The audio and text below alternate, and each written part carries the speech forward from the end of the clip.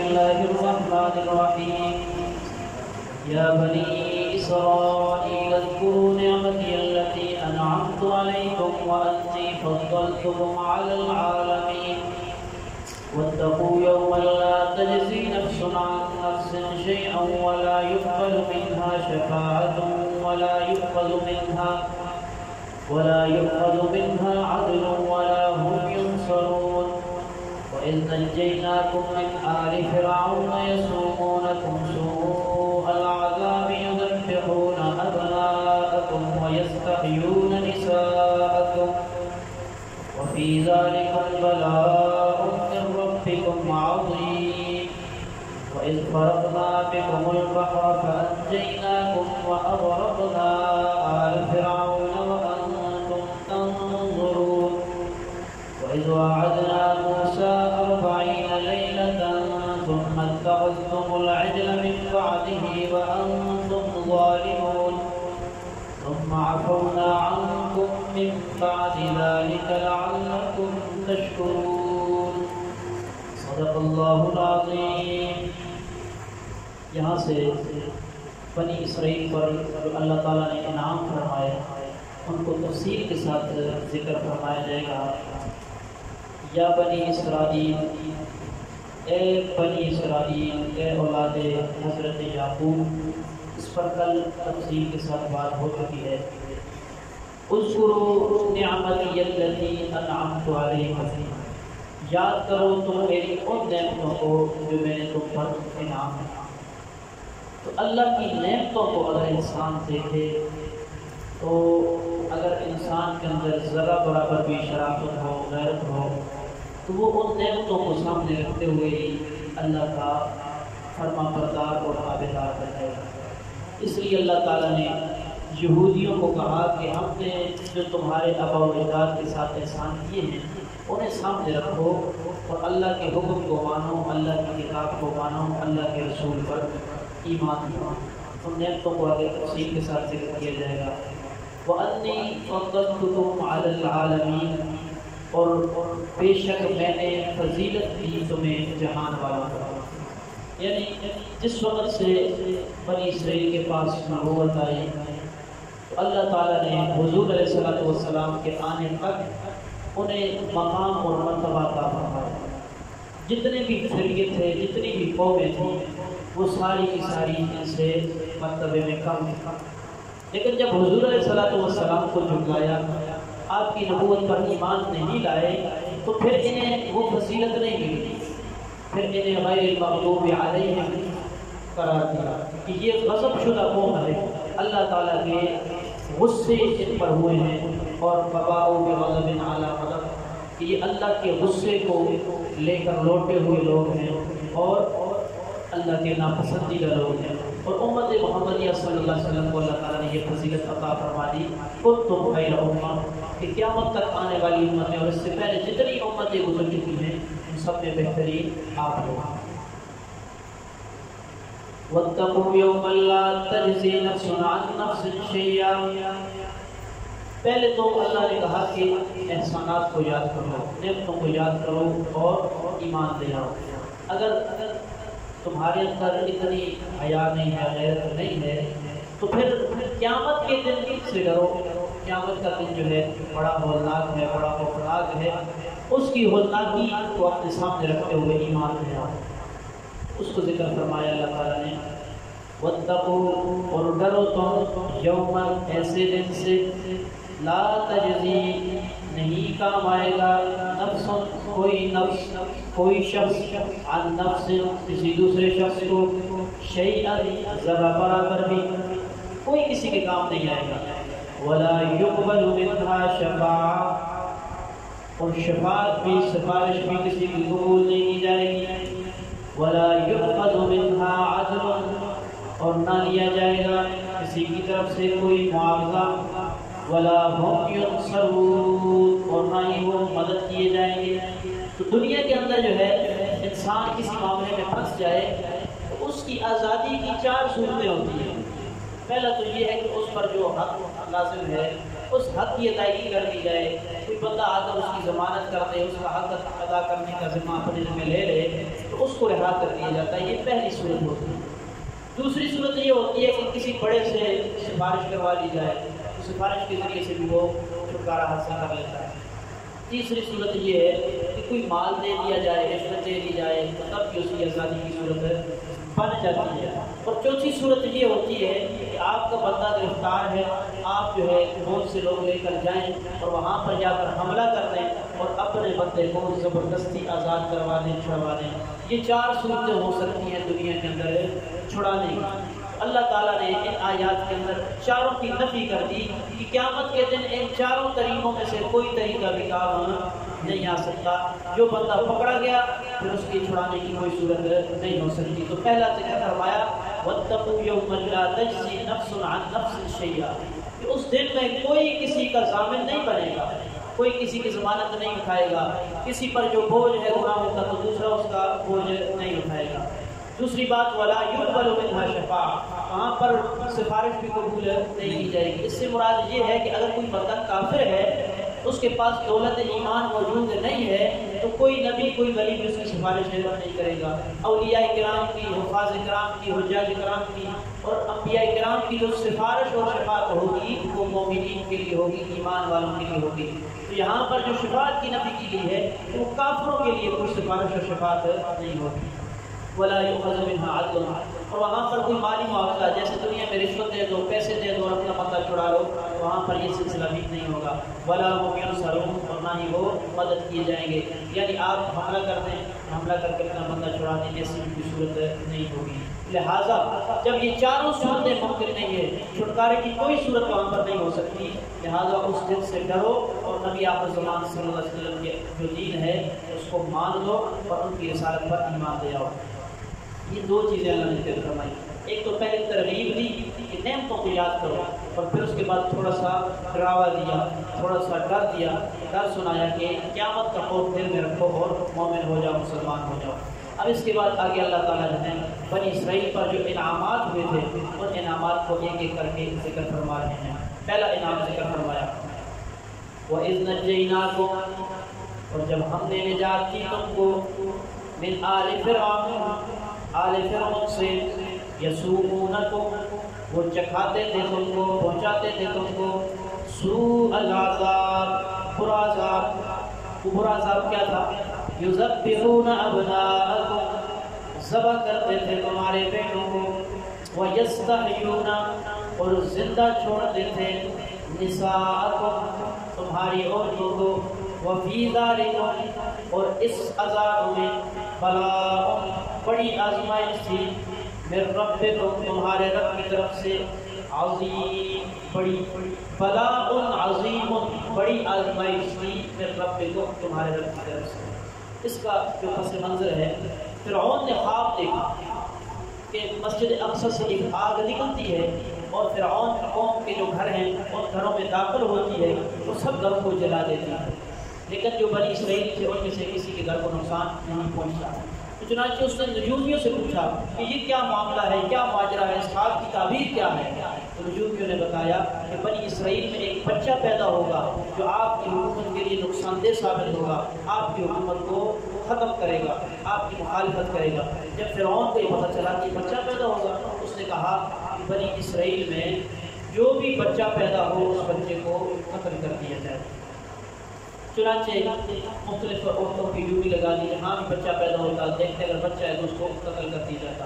جب یہ سلسلہ چلتا رہا تو فرعون کی قوم کے لوگوں نے اسے مشورہ دیا کہ اگر یہ بنی اسرائیلی جو ہمارے غلام ہیں، ہمارے کام کاج کرتے ہیں، اگر ان کو سب کو قتل کر دو گے تو پھر آنے والے زمانے میں مستقبل میں ہمارا نوکر خادم کون ہوگا؟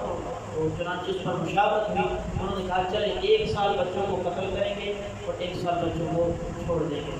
تو حضرت ہارون علیہ السلام جو حضرت موسیٰ علیہ السلام کے بڑے بھائی تھے، ان کی پیدائش اس سال ہوئی جس سال بچوں کو قتل نہیں کیا جاتا تھا، اور حضرت موسیٰ علیہ السلام کی پیدائش اس سال ہوئی کہ جس سال بچوں کو قتل کیا جاتا تھا۔ یہ بھی اللہ تعالیٰ نے بتانا تھا کہ ایک تدبیر فرعون کی ہے اور ایک تدبیر میری ہے۔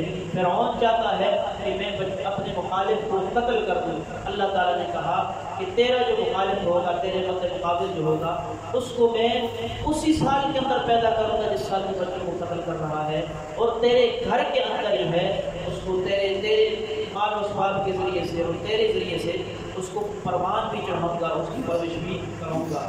تو یہ اللہ تعالیٰ نے فرعون کو جو ہے سبق سکھانے کے لیے سب کچھ کیا۔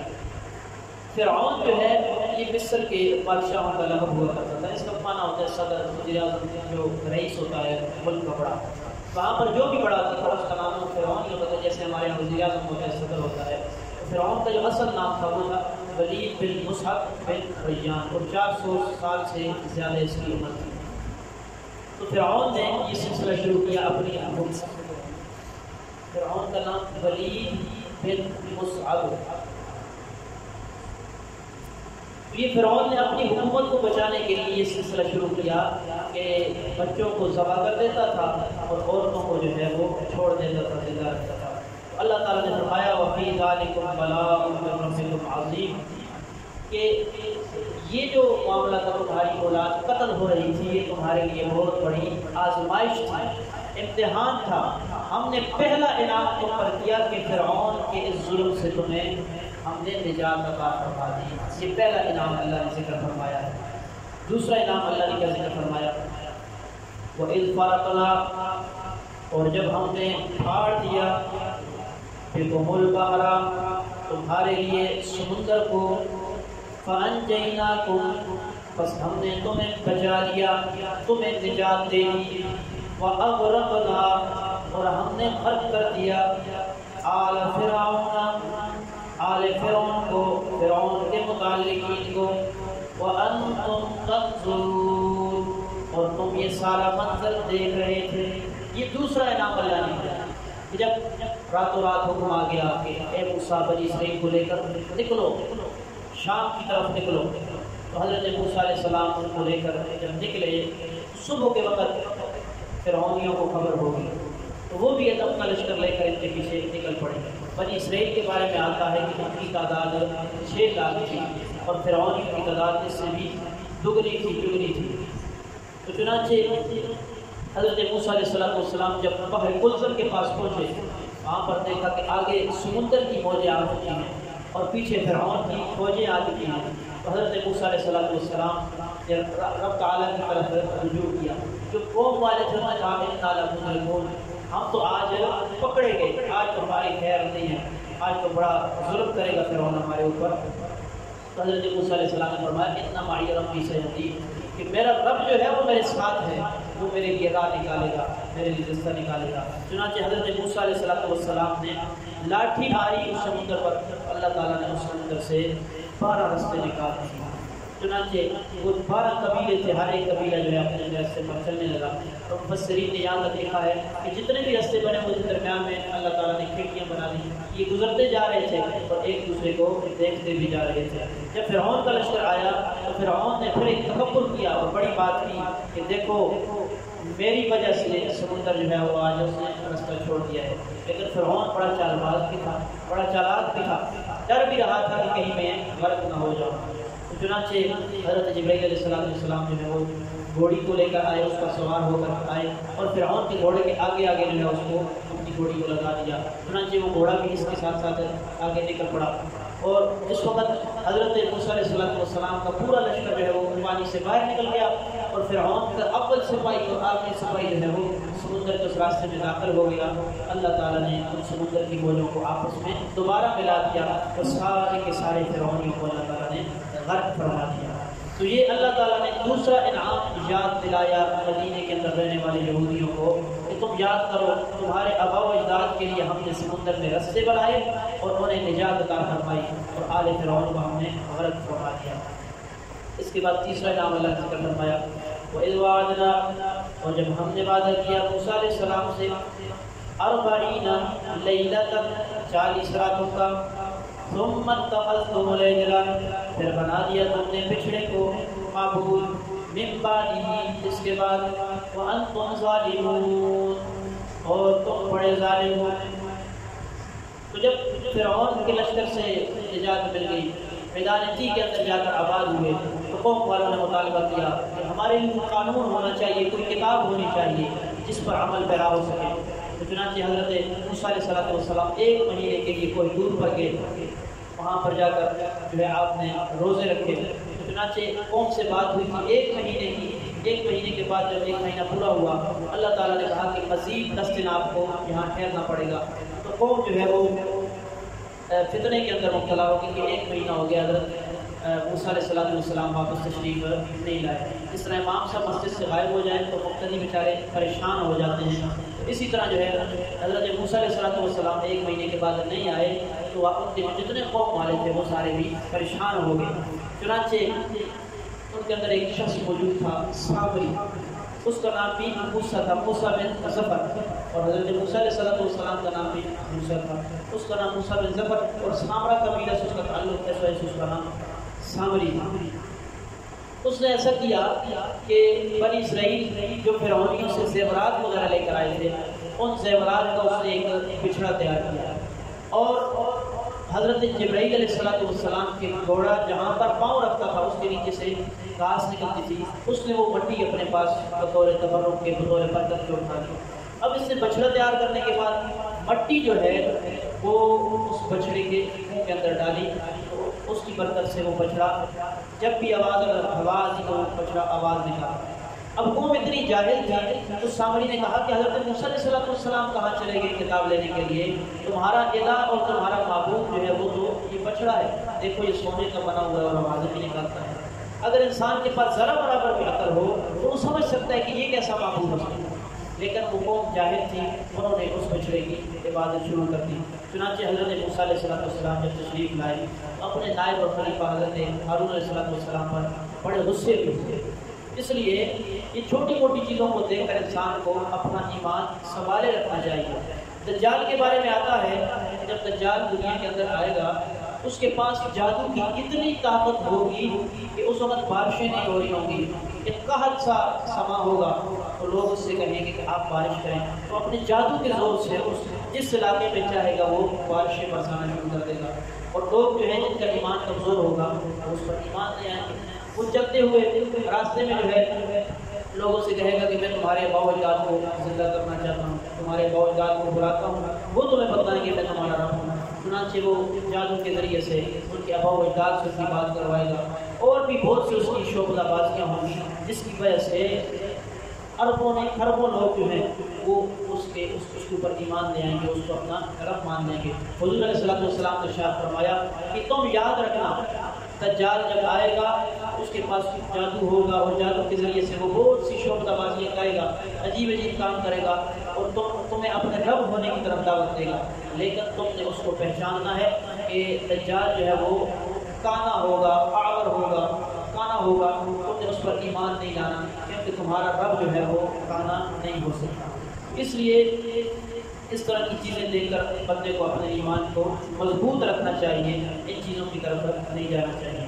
تو اللہ تعالیٰ نے یہ تیسرا انعام ذکر فرمایا کہ ہم نے تو تمہیں تورات جیسی کتاب دی لیکن تمہارے ابا و اجداد نے اس کی لاج نہ رکھی اور ایک سونے کے بنے ہوئے بچڑے پر وہ ایمان لے آئے، اور جس رب نے اتنی نعمتیں دی اس کو چھوڑ کر کے وہ اس کی پوجا کرنا شروع کر دی.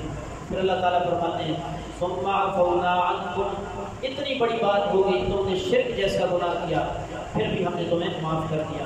ثم عفونا، پھر ہم نے معاف کیا عنکم تمہیں، من بعد ذالک، اس بات کے بعد، لعلکم تشکرون، تاکہ تم احسان مانو، تم شکر گزار بن جاؤ. وَإِذْ آتَيْنَا، یہاں سے چوتھا انعام ذکر فرمایا، وَإِذْ آتَيْنَا، اور جب ہم نے دی موسیٰ علیہ السلام کو الکتاب، کتاب یعنی تورات، والفرقان، اور فرقان فیصلہ کن چیز، حق اور باطل کے درمیان فرق کرنے والی چیز. اس سے مراد حضرت موسیٰ علیہ السلام کے معجزات ہیں. لعلکم تہتدون، تاکہ تم رائے ہدایت پر چلو، تاکہ تم ہدایت پاؤ. تو یہ کتاب ہم نے دی تمہیں. تو یہ تمام کے تمام انعامات اللہ نے ذکر فرما کر یہودیوں کو ایمان کی طرف دعوت دی کہ تمہارے آباء و اجداد پر ہم نے اتنے انعامات کیے ہیں، ان انعامات کی لاج رکھتے ہوئے رب تعالیٰ کی توحید پر ایمان لاؤ، رسول اللہ صلی اللہ علیہ وسلم کی رسالت پر ایمان لاؤ، اور ساتھ ہی ساتھ امت محمدیہ صلی اللہ علیہ وسلم کو بھی درس کیا جا رہا ہے کہ جو کام یہودیوں نے اپنے نبی کے ساتھ کیے، اپنے نبی کو جس طرح تنگ کیا، ستایا، تم نے ان کاموں سے باز رہنا ہے اور اپنے نبی کی تعظیم کرنی ہے اور اس کے لائے ہوئے دین پر اور اس کی لائی ہوئی شریعت پر عمل کرنا ہے۔ اللہ تعالیٰ عمل کی توفیق